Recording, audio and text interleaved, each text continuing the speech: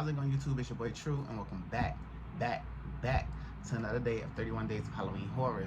Day 26, and the category for today's film is Alfred Hitchcock, which is so surprising because I just watched the Alfred Hitchcock movie, the last movie, which was Psycho. But today's choice of movie, I chose a different movie, one that I've never even heard of Alfred Hitchcock. So that was pretty much the challenge, and I chose Rear Window. This movie was honestly really good. It is distributed and produced by, once again, Alfred Hitchcock, and it is distributed by Paramount Pictures once again. And I guess Alfred Hitchcock had like a good rapport with Paramount Pictures, because I feel like they distributed a lot of his films. But this film came out in 1954, and it is a little bit shy of 2 hours. It's, I guess, one of the first movies he did in Technicolor. It's about a photojournalist and a fashion photographer, bound to his wheelchair in his New York apartment. And it's like kind of like, you know, them New York apartments where it's like buildings, like apartments, all around the block, but it all shares the same, like, what do they call that? I forget what they call that, but the inside, like the garden and stuff, is all shared through multiple buildings.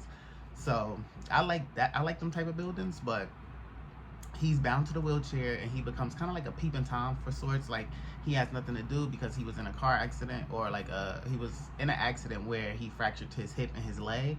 So he's stuck in a wheelchair, so he just spies on his like neighbors, and he ends up spying on what he thought was a murder.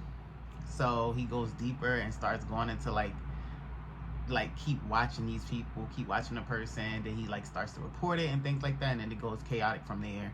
Like, his medical nurse who comes over every day ends up getting involved with it. His model girlfriend ends up getting involved. His friend, who is also a police detective, gets involved. It's a lot. Everybody gets involved.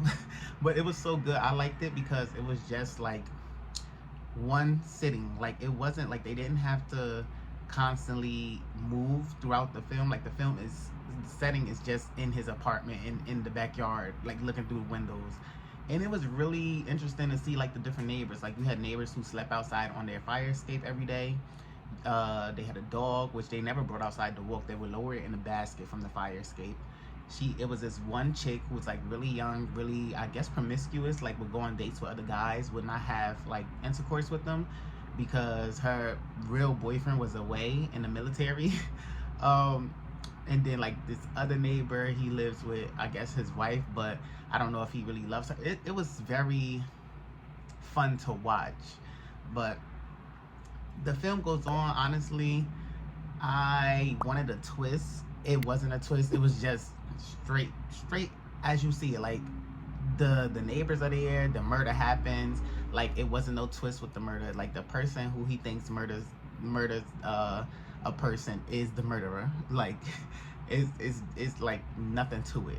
So I kind of like, the film kind of fell short for me on that aspect. But other than that, the film was really good. I definitely recommend somebody to watch this. I think, me personally, I think I might like this better than Psycho. I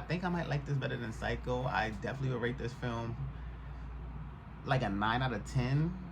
I think that's the same what I gave Psycho, but it's higher than Psycho. Like, if I was to rate it in a tier list, Rear Window would be higher than Psycho, but they're really close to each other. Because I know he has like other movies like The Birds and things like that, and so sort. But this film was really interesting. If any of you guys have ever seen it, let me know down in the comment section. How do you feel about it? Did you enjoy just watching like a murder film? Like, I wouldn't even call it a murder film. It's more so like a peeping Tom film. Like, you literally are just watching him watch his neighbors go through their everyday life, and he just happened to stumble across somebody getting murdered. But it's a good watch. I definitely enjoyed it. But yeah, I think that's pretty much it for this film. The film is very like cut. It's a beginning, middle, end. Perfect. That's how y'all know I like my films. But it's really interesting. I enjoyed it. But like I said, let me know how you feel about it down in the comment section. And with that being said, I will see all of you in the next video for the 31 Days of Halloween Horrors. Bye.